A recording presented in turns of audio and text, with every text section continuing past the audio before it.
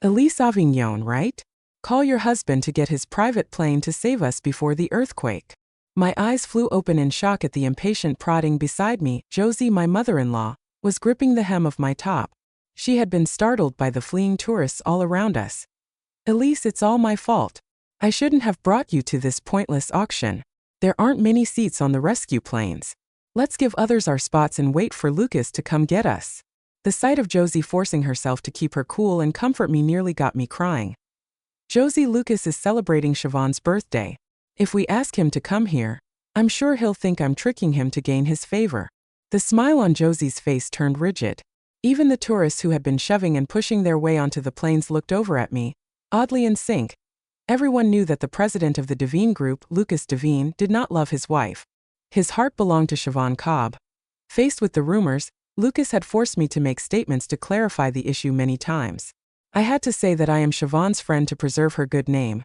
Some people took out their phones to record my personal confession about where I stood in this relationship. Josie lowered her gaze awkwardly. Don't worry, Elise. Once we get back, I'll teach him a lesson. I'll make sure he cuts things off with that woman once and for all. Though I could feel the warmth of her hand in mine, all I could think about was the pain before my death last time Chio avenged Shevonne. Lucas had killed me with his own 2 hands. There was no way that the 2 of them would ever split up. I'm fine, Josie. I had barely managed to say it when Lucas's scolding came through the phone.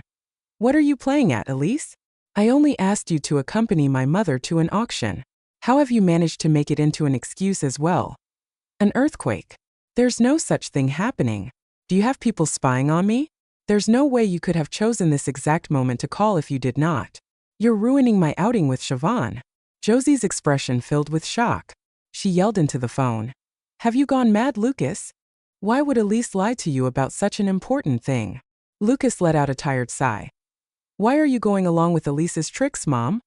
Alright, I get that she doesn't like me being with Shevonne, but it's Shevonne's dream to see the city's scenery from above at night, and it's her birthday today.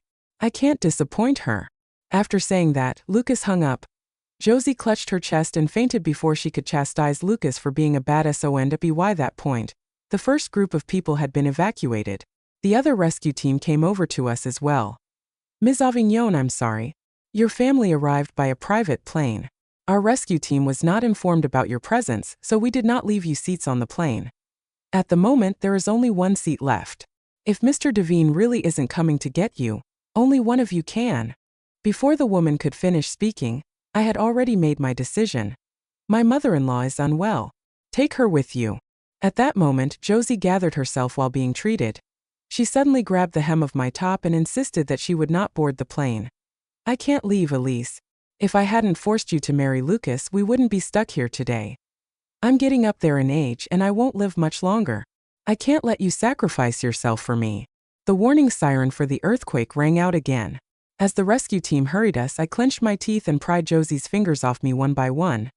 Don't say that, Josie. If you hadn't helped me financially, I would still be farming in the valley. In my heart, you're like my own mother.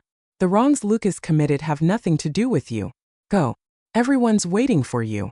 My parents were servants of the Devine family. Back when Lucas and I were still kids, he got kidnapped and my parents lost their lives saving him.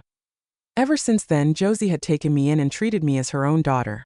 Everything that Lucas got, I had as well. Lucas met Shevonne in university and was determined to marry her. Yet, the night before their engagement, there was a huge dip in the Devine group's share prices, and Shevonne ran off abroad with some rich guy. Lucas was greatly hurt by this and drank every day to comfort himself. Once, after getting drunk, he mistook me for Shevonne and forced me into bed with him. Josie felt guilty about the incident and arranged for us to get married. However, not long after the wedding, Shevonne could not stay overseas any longer. When she got back, she stuck to Lucas like a burr. As if hypnotized, Lucas started asking me for a divorce, but Josie was dead set against it. The whole Devine family was in chaos because of it, and there were arguments all the time. When it came down to it, Josie was protecting me. At this point, I could not bear to see the only person who had ever treated me well die. Josie, I'm begging you. I listened to you when you asked me not to divorce Lucas, so now it's your turn to listen to me. Just this once. Please go.